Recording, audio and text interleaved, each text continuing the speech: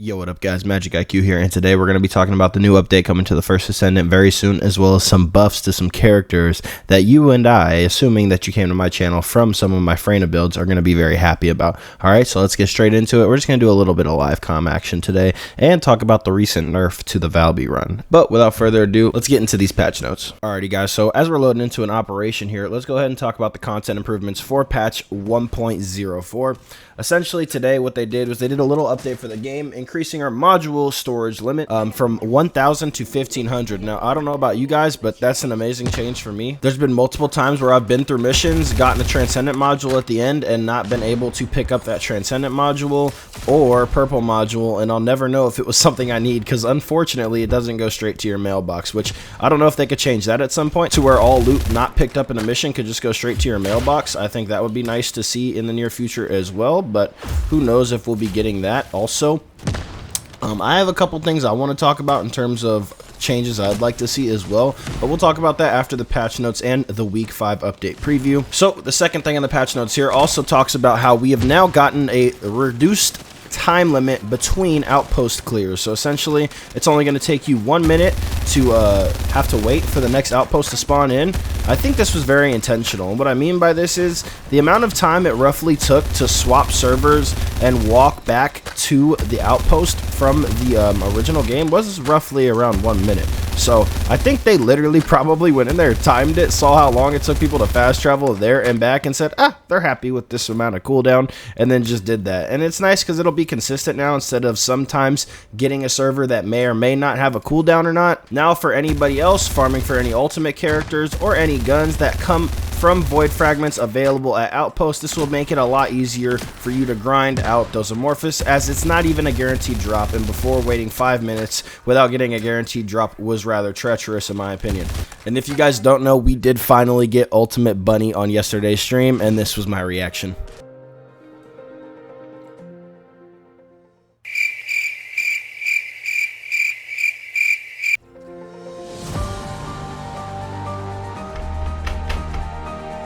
Yes! Fuck yes! So yeah, we're definitely going to have some builds coming out for Ultimate Bunny here in the near future, so make sure you guys are ready for that. I just have to wait, you know, a couple of days before it's done crafting. We still got, I think, like 5 or so hours on the last piece, the enhanced cells, and then after that it should be whatever it is. I think it's a day and a half for the actual character to craft itself, so look forward to that, you guys. I'm super excited. We're live on Twitch all the time as well if you guys want to go ahead and tune in for the current building of Viessa V3. I'm currently making a mobbing build for her as well, so make sure you guys are on the lookout for that in the near future. There's also a couple things I might tweak going forward for the mobbing build for Freyna, considering she will be getting a buff. It seems like, at least as it reads, we're going to go over the week 5 update preview in just a moment here, but getting back to the current update that was just released for the game today. Go ahead and clear this boss real quick before I get back to talking about this. Oh no. Alright. Yo, we got slapped there, didn't it? Is it gonna give me 1? Okay, it gave us 1 guaranteed. Okay, that's nice. If you guys didn't know, by the way, this mission, the Magister Lab, is probably one of the best ways to get crystallization catalysts, and I need to stack up for Ultimate Bunny now, so make sure you guys look forward for those builds. I'm so excited. We got an energy activator cooking already, which is very nice. Also, we just put the Wave of Light to level 80 capacity as well, and I want to see if that gun is actually as good as I think it is on paper, so we'll see how that goes also. But getting back into these patch notes real quick. Spawning time between monster respawn has been increased, and the reward amount has been adjusted at the Volga strategic outpost. So obviously that is a nerf, unfortunately, to the Valby run, which is rather sad, but it's all good, man. It also says here that void fragments will now drop from defeating monsters in special operations. I believe the void fusion reactors can get very old very quickly. It does read here that there will be the most void fragment drops at the special operation neutralize void experiment, so we'll probably go ahead and try that in the next video. I'll make it a video about this might possibly be the new best void fragment farm, but we'll go ahead and see if that's actually true. Alrighty guys, so just in case you guys are curious, this is what all the special operations in the game are going to be, and this is the one that they are saying is now going to drop multiple void fragments from the bosses that it has, because it is called neutralize void experiment. So we're going to go ahead and be trying that that today on stream. If you guys want to go ahead and tune in over there, I'll be doing that on stream as well. And all you have to do is come to this area in the Albion Outpost, essentially, and you just have to walk over here as soon as you get through the big revolving and then gears, and then come over here and just click on Vesper's Neutralize Void Experiment. Okay, but it seems like they're literally giving us a heads up like, hey, go farm this mission. We buffed it tremendously here, so this might be the one you want to do for Void Fragments now, which would be really nice to have that switch up. Now it's obviously not going to be a specific couple of drops. It seems like it might be just completely random with the types you're getting, so you might still have to go target farm those certain reactors in order to be able to open the ones you want, but it's still a nice change nonetheless. Alrighty guys, now also using the Mark for Arrest item obtained from Special Operation will grant 10 times the usual amount of gold when Mark from Arrest is used from the consumable tab. So before, I don't know if you guys knew, but there was like these little like bounty things. I'll see if I have any in my inventory after this. But all it was like this little thing you could literally like redeem, and essentially it would give you like 10,000 or 100,000 credits, and now they've multiplied those by 10x, so the 100,000 one will now give you about 1 million, and then also the 10,000 one will give you about 100,000, which is nice to see more gold gains there. I think they're trying to compensate for the fact that they just took away the best gold farm in the game as of right now, which I understand and I appreciate. If they say it wasn't intended, I get it. I'm honestly tired of running around in circles too.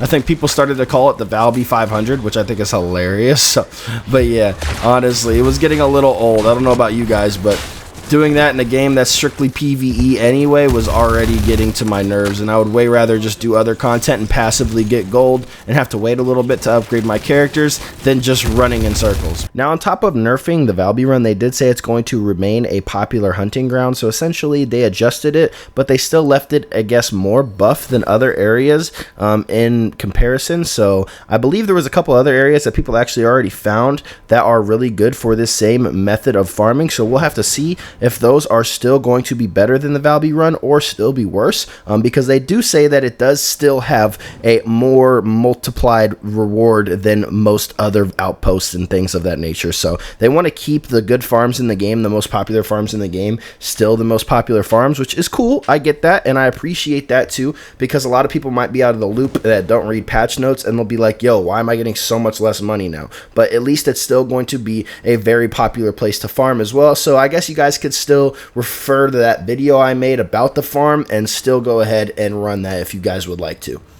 Okay guys, now speaking of the Mark for Arrest, as you guys can see here, this is what it looks like. This is what the high value Mark for Arrest looks like. So we're going to go ahead and claim this, and that's just going to give us 1 million gold off the rip, which is nice. And I've saved up about 12 Mark for Arrest that give me 100,000 gold, so that's going to be another 1.2 million. So if you guys want to check out where this is specifically in your consumables, you're going to go to your consumable tab and then go to miscellaneous, and then just go ahead and claim all of these, because I haven't even touched them really, and I don't think you guys probably have either if you guys even knew what they were. So now we're just printing for free, which is very nice, honestly. It's cool to see that, but now I have to go and earn them again from other special operations. I believe I've probably gotten those from defense, I believe it is. You get them at the end of every defense run once you complete wave 21, it seems like. So make sure you guys go run those defenses, and you'll probably get another money reward, as well as the defense runs seem to give a decent amount of money as well. I think it's like 1.2 million an hour, which is a little bit low, honestly, in comparison to what the Valby run was, which is 10x that, but it's still a decent amount of gold if you guys are doing something, and it's a nice passive levels and leveling as well,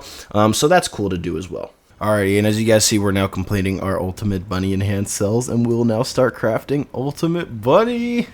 Alright guys, but anyway, getting into the week 5 update preview. So what we can look forward to is Sea of Emerald Ultimate Valby. Finally, the Magisters have completed the ultimate project for Valby. This ultimate equipment, called Sea of Emerald, has fulfilled Valby's long-held desire. It is a nanosuit that replicates Valby's former body color and texture. Although covered in a thin layer, Valby feels like regaining a long-forgotten part of herself. I don't know if that is a new skin or another ultimate ability, like via like a Transcendent mod that's exclusive to her ultimate, but I believe this next one for sure is Spiral Tidal Wave replaces the bubble bullet, which was difficult to aim, with a projectile that flies straight. Spiral Tidal Wave attracts the impurities of gluttony, making it an excellent choice for intercepting gluttony. It also seems like with the week 5 update, we're also going to have a new Devourer type boss called Gluttony, and it is a giant that indulges in void energy. It is equipped with systems to mine void energy and a cooling system to cool the heat generated during this process. To counter gluttony, you need measures to withstand its cooling performance and the judgment to exploit its greedy temperament. Intercept gluttony and collect new ultimate weapons and external components. So it seems like in order to get these new ultimate weapons, they're actually going to drop from gluttony, which sounds pretty cool, honestly. Hopefully at least that's the case. If not, then we'll have to do the old way of farming, which is running around dating different amorphouses and then opening them. But maybe all the amorphous that we're going to need are going to be specifically only being able to be opened on gluttony. So it seems like you guys are going to see a lot of gluttony boss clears that first day. So make sure you guys are tuned in to the live stream. So that's cool. Hydro pressure bomb. Instead of plop plop, it leaps forward and deals damage to enemies around the landing area. The more enemies in the laundry state, the more powerful the damage, making hydro pressure bomb a strong finishing blow. Instead of diving into the water, leap joyfully forward. So it sounds like everybody that's going to be releasing their ultimate Valby builds will probably just be using either old builds and re-releasing them on the new character, or they will be using these two Transcendent modules that may or may not be very strong. We don't know yet, obviously. From what it sounds like to me, I still think that water play one is still going to be extremely strong, especially for gunning, but I could be wrong about that. I don't know what these essentially are going to change too much because I've never even personally played Valby myself, and I don't honestly plan on it, you guys. I think I'm going to be covering this other new Descendant, Luna, who is going to be a support character, which I've been looking for in this game. I've been looking for a support character role to go ahead and fill that isn't already oversaturated on YouTube. And me personally, I'm going to be building Luna day one, so you guys can go ahead and look forward to that. This is my energy activator for Ultimate Bunny, but I have another one already ready to craft for Luna, so make sure you guys look out for my Luna builds coming soon. Hopefully with this week 5 update, I'm going to push that character very hard. I want to try and see where we can get to in terms of damage and support, and see how we can do our team and ourselves justice with our damage. So we're going to go ahead and dive into a completely different role, as I know a lot of our builds recently, including this Ultimate Bunny build, are probably going to be and have been solo focused. So I want to see if we can go ahead and move into a support role, as well as what she can actually do for herself also, as we do focus a lot on solo content here on the channel also. Now here's a description of Luna. It says the mad artist Luna has returned to Albion after a long wandering performance. Luna's synthesizer gun becomes more powerful when fired in rhythm, enhancing allies' abilities based on the performance. When Luna dances to upbeat music, allies' skill power increases, and when dancing to relaxing music, allies' mentality recovers and resource consumption decreases.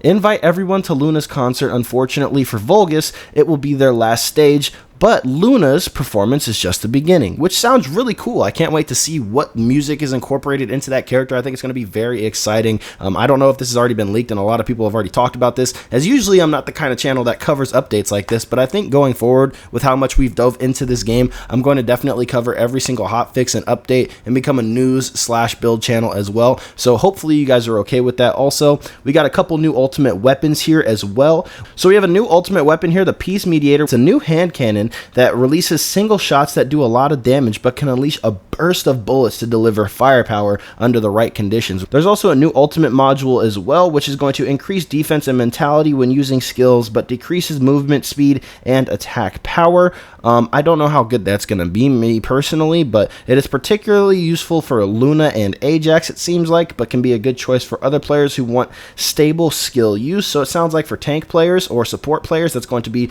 a new good ultimate module. We'll go ahead and have to check that out as well, that I know we are very excited about here on the channel, as we do main Freyna pretty much most of the time. And it says first we are adjusting actually Valby, so it sounds like they're going to buff Valby because obviously they're releasing ultimate Valby, so they want to boost those purchases, right? Let's be real. Blair and Freyna, who use AoE as their main skills.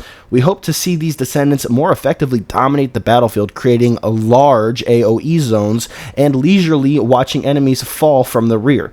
So it seems like we're going to be improving our AoE zones on Freyna. So guys, look out for a new build coming in the future for mobbing on Freyna, because I'm very excited for what that seems to entail right there. Seems like we're going to have a lot more poison spreading, a lot more of that contagion going around, which is going to be absolutely ridiculous, because I already think she's an extremely strong mobbing character. I don't know if they're just buffing her because she's eventually going to get an ultimate, because it seems like all of these characters that don't have ultimates already are the ones getting buffs. I could be wrong, but that's what it seems like, at least as of right now.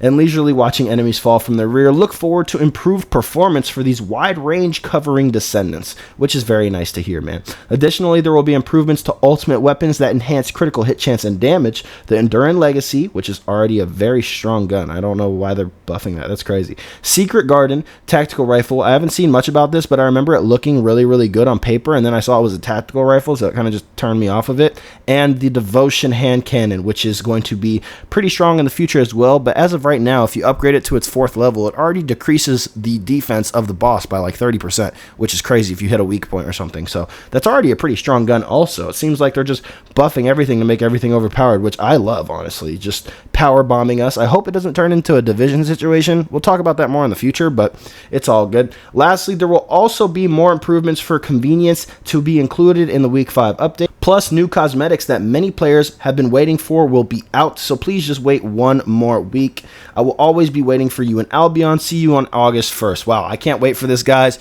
On August 1st, we're going to be doing a 24-hour stream, so make sure you guys tune in August 1st. We're going to be live all day and into the next day as well. I'm very excited for that, and I hope you guys are too. That live stream will be starting at 6 a.m. on August 1st, and will go until 6 a.m. the next day, but I will also be allowing for subs on the Twitch to go ahead and increase that timer by 30 minutes per sub. So if you guys do want to support the channel and increase the time of the live stream, that's how you could do it. I appreciate you guys for tuning in. That's all today we have for the patch notes for the week 5 update, as well as this update that just dropped today as well. So make sure you guys go ahead and tune into the live stream over on Twitch right now, where I am live currently, and let's get into Freyna V5 apparently, because we're going to be able to build our mobbing setup as well for her. So we'll go ahead and say that's a V5 build right there, and we're also going to be diving into Ultimate Bunny soon in the next couple of days, as well as Viessa V3 is still being built currently. So make sure you guys go tune in, show some love, pull up. We'll just chat about some stuff. Had a great stream last night, so I hope you guys are doing good today, and I'll see you guys in the live streams. Magic IQ, and I'm out. Peace.